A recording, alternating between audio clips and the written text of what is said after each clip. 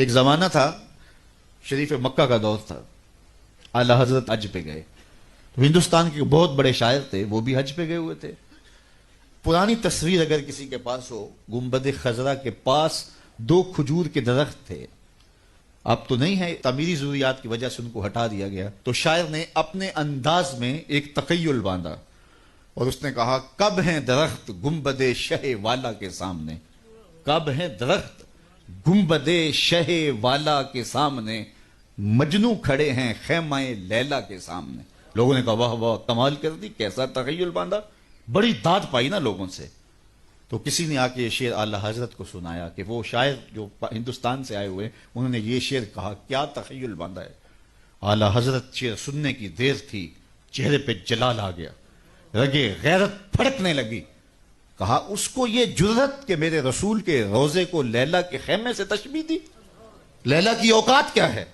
تھر تھر کانپنے لگے۔ کہا، بلا کے لاؤ، اسے بلایا گیا، حاضر کیا گیا۔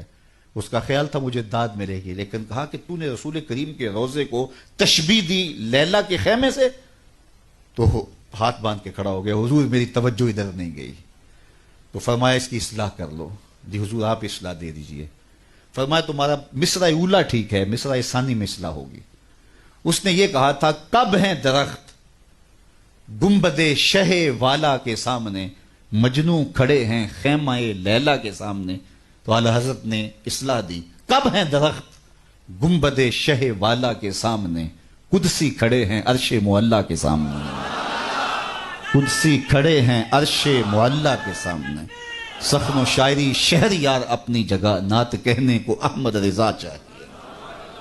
تو کعب بن زہیر انہوں نے کیا کہا، ان رسول لنور یستضاء بہ محند سیف من سیوف الہند مسلول۔ حضرت کعب بن زہیر نے وہاں کھڑے کھڑے حضور کی شان میں ایک طویل قصیدہ جو بانت سواہد کے نام سے معروف ہوا۔ جب یہ قصیدہ پڑھ چکے تو آقا کریم علیہ السلام نے اپنی چادر اتار کے کعب بن زہیر کو دے دی۔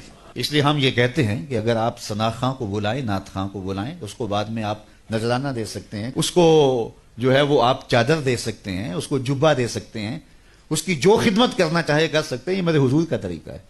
لیکن یہ تماشا نہ لگائیں، یہ برستے ہوئے نوٹ اور پھر یہ جو رنگ ڈھنگ ہمارے سٹیجوں کے اوپر ہوتا ہے، اور جس شعر پہ نوٹ آ رہے ہوتے ہیں وہ شعر بھی 6 بار پڑھا جاتا ہے۔ وہ کہتے ہیں یہ شعر چودھری صاحب کے نام اور سارے شعر حضور کے نام، چودھری صاحب کے نام کوئی شعر نہیں، سارے شعر میرے حضور کے نام ہوتے ہیں۔ نعت کا ایک ایک مصرع، ایک ایک لفظ، ایک ایک حرف اور ایک ایک نقطہ میرے حضور کے نام ہے۔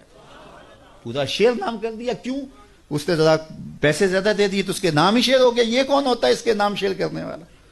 یار یہ تو چودھری صاحب ہوئے، کون ہے جس کے نام شعر ہو، جو حضور کا شعر ہو؟ جب حضرت سید صدیق اکبر پہ آخری وقت آیا نا، آخری وقت، تو پھر ام المومنین سیدہ عائشہ رضی اللہ تعالیٰ عنہ نے جب اپنے باپ کے وہ لمحے دیکھے تو ان کی زبان سے محبت پدری کی وجہ سے بے ساختہ نکل پڑا، وَأَبْيَضُ يُسْتَسْقَى الْغَمَامُ بِوَجْهِهِ۔ یہ حضرت نبی رحمت کے چچا جان نے حضور کے لیے یہ ایک شعر کہا تھا، تو چہرہ اس طرح تم تما رہا تھا، تو یہ مصرع ان کی زبان پہ آ گیا۔ تو حضرت صدیق اکبر اس وقت سانس آپ کی ٹوٹ رہی تھی، ایسے سر کیا اور کہا، ذاک رسول اللہ، یہ ابو بکر کی شان نہیں، یہ میرے رسول کی شان ہے۔ تو نعت کا شعر تو نظر نہیں کیا جا سکتا حضرت ابو بکر صدیق جو رسول اللہ کا عکس ہیں، اور وہی جلوے ان کے چہرے کے اوپر پڑے ام المومنین کو دکھائی دیے تو نے کہا ذاک رسول اللہ، نہیں یہ شان میرے حضور کی ہے۔ چودھری صاحب کون ہوتے ہیں؟ لیکن اللہ برا کرے دولت کی محبت کا، اس نے عقیدے چھین لیے، قدریں پامال کر دی۔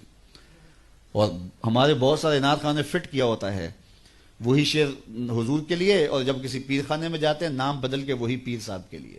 پیر صاحب بھی مست بن کے بیٹھے رہتے ہیں، جانتے ہوتے ہیں یہ نعت کا شعر ہے، اور تو کون ہے؟ تیری ساری عزتیں حضور کے قدموں سے لگی ہوئی دھول